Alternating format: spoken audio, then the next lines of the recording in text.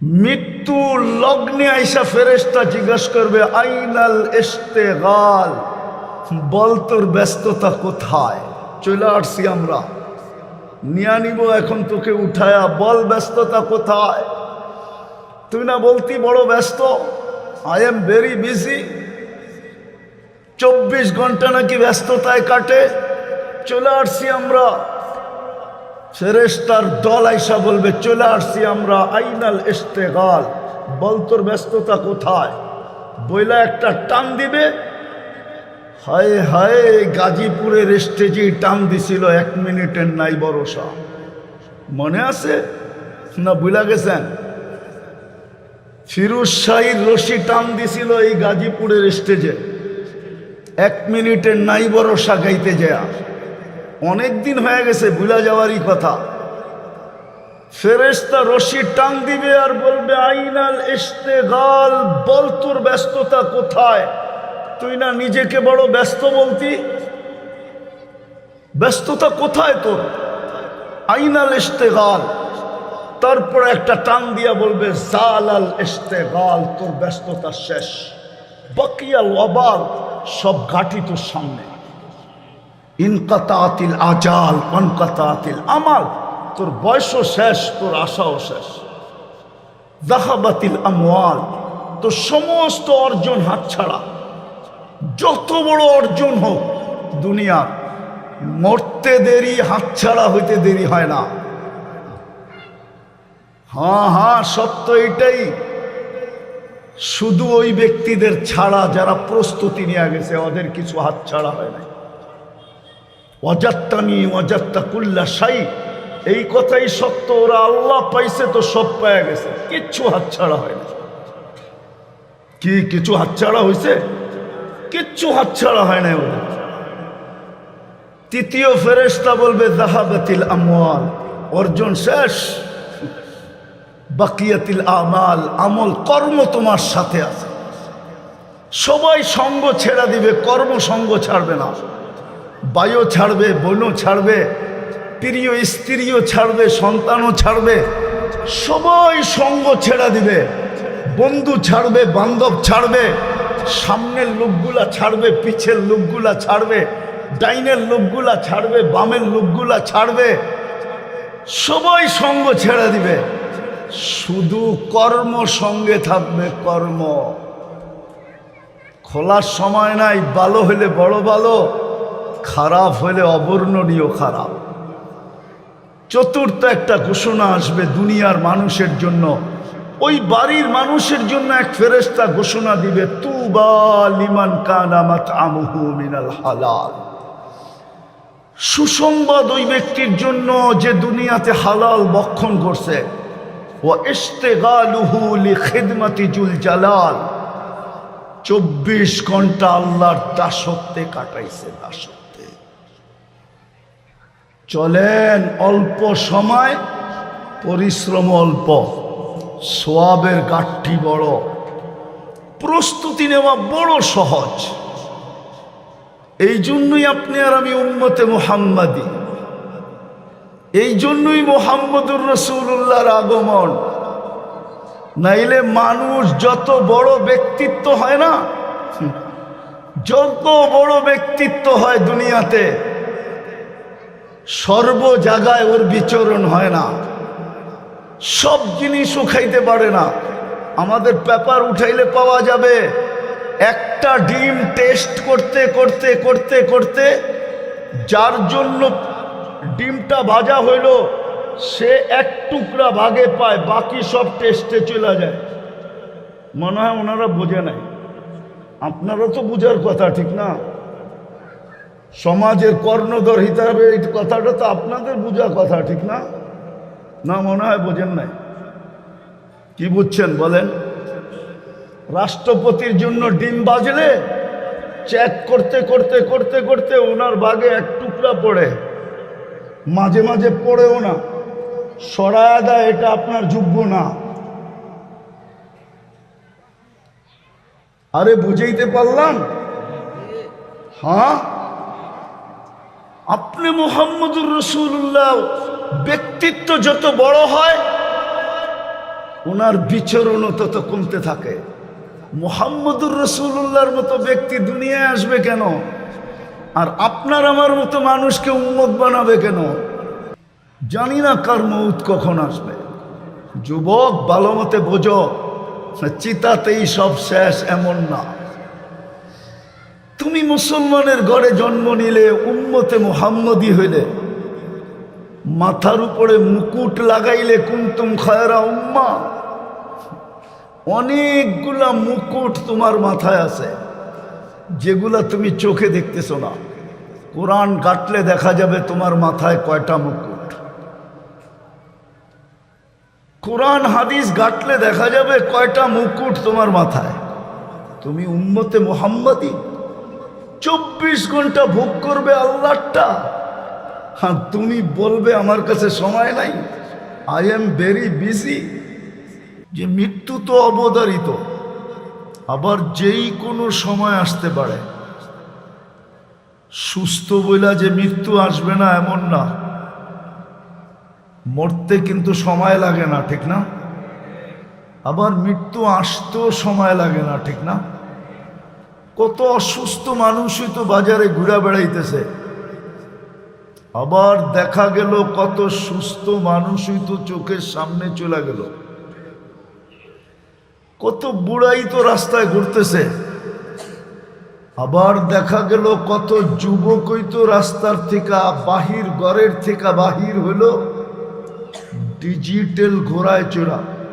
Digital ঘোড়া চিনেন কি? মোটর সাইকেল হলো ডিজিটাল ঘোড়া।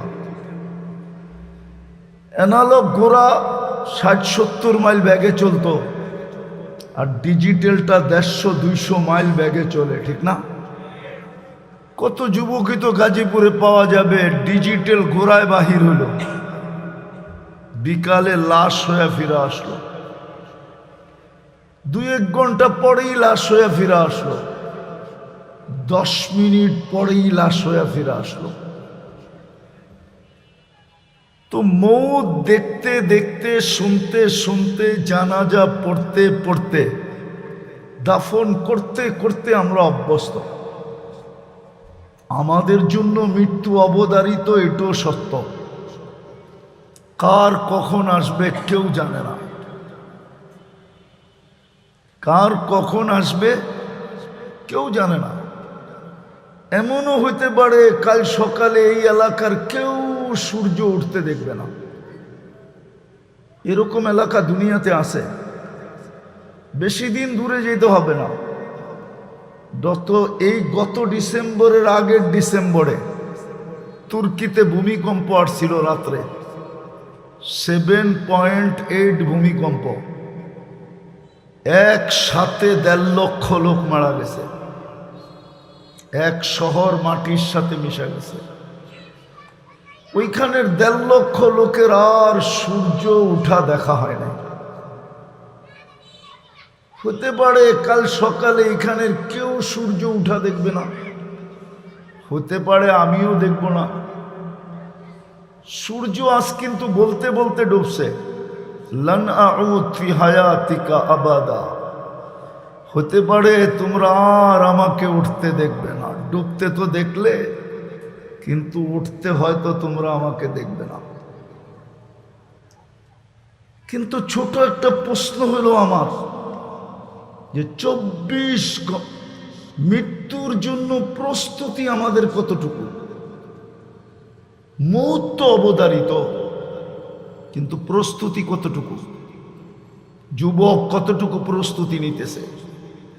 নারী কতটুকু প্রস্তুতি নিতেছে? ওইখানে তো কারোরটা কারো কাছে জিজ্ঞেস করা হবে না। লা তাজিরু ওয়াজিরাতুন বিজরা উখরা। একজনের পরিচয় দিয়ে তো আরেকজনের চলবে না। দুনিয়া তো চলে দলের পরিচয় দিয়ে চলে, ব্যক্তির পরিচয় দিয়ে চলে, বংশের পরিচয় দিয়ে চলে, পদবীর পরিচয় দিয়ে চলে, পেশার পরিচয় দিয়ে চলে। এইখানে বেশিরভাগ মানুষেরই পেশার কার্ড হবে লোকে। চাকরিজীবী যারা, প্রত্যেক গার্মেন্টসের আলাদা আলাদা কার্ড থাকে, ঠিক না? কবরে তো কোনো পরিচয় দিয়ে চলবে না। যদি চলতো তাহলে আবু তালেবেরই চলতো। মাগরিবের পরের থেকে হুজুরদের কাছে শুনলেন না আল্লাহর নবীর মর্যাদা, শান, মান। আবু তালেব তো ওনারই বাতিজা, একই তো রক্ত, দুইজনের শিরায় উপশিরায় দৌড়াইতেছে। ৪৪ বৎসর মুহাম্মদুর রাসূলুল্লাহকে লালন পালন করছেন। কত? 4 দশক, আরো 4। ৪৪ বৎসর লালন পালন করছেন, নিজের হাতে কবরে নামাইছেন। অথচ ওনার হাতের ছোঁয়া পাইলে, যেই জিনিসের উপরে হাতের ছোঁয়া লাগছে ওই জিনিস নিজে বলতেছে আমি ধন্য। পিঠের ছোঁয়া লাগছে খেজুর গাছে, যেটাতে জুমায় পিঠ লাগায় খুতবা দিতেন। মেম্বর তখনও তৈরি হয় নাই। যেদিন মেম্বর তৈরি হয়েছেন, মেম্বরে পা রাখতে দেরি, খেজুর গাছ বাচ্চার মতো কাঁদতে দেরি করে নাই। শুধু আল্লাহ রসুল শোনেন না, পুরো মসজিদ শুনছে, কিন্তু খুঁজা পাইতেছিলেন না কাদেকে। ভালোভাবে লক্ষ্য করার পরে দেখা গেছে খেজুর গাছ থেকে কান্না আসতেছে। আল্লাহ রসুল নাইমা যায় সান্ত্বনা দিছেন, সান্ত্বনা দিছেন, তোমাকে জান্নাতে নিয়ে যাব, তুমি খেজুর দিবে আমি খাবো, তোমাকে পায়ের নিচে রেখা দিতেছি, তোমার উপর দিয়া পা দিয়া মেম্বরে উঠবো। তারপরে শান্ত হয়েছে। যার পিঠের ছোঁয়া লাগলে এরকম হয়, হাতের ছোঁয়া লাগলে কিরকম হয়? হাতের ছোঁয়া লাগছে আনাস ইবনে মালিক রাদিয়াল্লাহু তাআলা আনহুর দস্তরখানে। হায়, আজকে তো আমরা রসুলের ছোঁয়াই লাগাইতে চাই না। যার শরীরের ছোঁয়া লাগলে, যার ইশারা ইঙ্গিত পাইলে ভাগ্য খোলে, ইঙ্গিত। আজকে তো যুবকরা তার আদর্শে চুল কাটতে চায় না। মেয়েরা চুল নিয়ে ট্রোল করে, ট্রোল, ব্যঙ্গ করে যুবকদের চুল নিয়া। এক যুবকও বলতে পারবে না যে চুল কাটা থেকে মেয়েরা ওকে প্রেমপত্র পাঠাইছে, I.U পাঠাইছে আজ পর্যন্ত। বরং চুল দেখা কয় কাউয়া কাটিং কই পাইলি, বদনা কাটিং কই পাইলি, বাটি কাটিং কই পাইলি। 10-15টা তো নামই আছে চুলের কাটিং এর, খালি মেয়েরা নাম দিছে। তো বুঝাইতেছিলাম, যার হাতের ছোঁয়া পাইলে দুনিয়ার আগুন সুতা পর্যন্ত জ্বালাইতে পারে না, ওই রসুল নিজের হাতে চাচাকে কবরে নামাইছেন। নামায় শুধু চোখের পানি ছেড়ে দিয়ে বলছেন, আম্মি মা তারাক্তালি সাবিলা, চাচা আমার জন্য কোনো সুযোগ রাখলেন না, আমি যে আপনার জন্য কিছু করব এই সুযোগটাই তো রাখলেন না আপনি। সর্বশেষ পরীক্ষা করে দেখছেন, চেষ্টা করে দেখছেন যে শেষ দোয়া করে দেখি। হাত উঠাইতে দেরি, জিবরিল আলাইহিস সালাম আয়াত নিয়ে আসতে দেরি করেন নাই। মা কানা লিন-নাবিয়্যি ওয়াল্লাযীনা আমানু আইয়াস্তাগফিরু লিল মুশরিকিন, আইয়াস্তাগফিরু লিল মুশরিকিনা ওয়ালাউ কানু উলু কুরবা। নবীজি, বন্ধু আপনার জন্য শোভা পায় না, মুশরিকের জন্য কেন হাত তুললেন? তো মৃত্যু অবধারিত, আমাদের প্রস্তুতি কতটুকু? বলবেন প্রস্তুতির দরকারটা কি? কেন 24 ঘন্টা আপনি কারটা বুক করেন? বলেন, সুস্থতা কার? হ্যাঁ, সুস্থতা যদি না দিতেন আপনি ফ্যাক্টরিতে কাজ করতেন কি করে? মাসের শেষে যা পান এটা গণতেন কি করে? সুস্থতা যদি না দিতেন সুস্থতা যদি না দিতেন তো আপনি মাসের পরে পরিশ্রম করতেন কি দিয়া? সুস্থতা যদি ডেলি সকালে কিনতে হইতো বাজার থেকে, কোম্পানির থেকে, ফ্যাক্টরির থেকে বা কোনো জায়গার থেকে যদি সুস্থতা নিতে হইতো তাহলে ডেলি কয় টাকা বিল দিতে হইতো? আরে বলেন না, কয় টাকা বিল দিতে হইতো? আমি কথাকে গুছিয়ে শেষ করতেছি, বেশি লম্বা করার সুযোগ আমার কাছে নাই। 2-4-10 মিনিটই শেষ করে দিব। প্রস্তুতির প্রয়োজন এই জন্য যে আপনি সারাদিন কাঠটা ভোগ করেন, অস্তিত্ব বাদ দিলাম, কাঠটা ভোগ করেন। কতটুকু ভোগ করেন?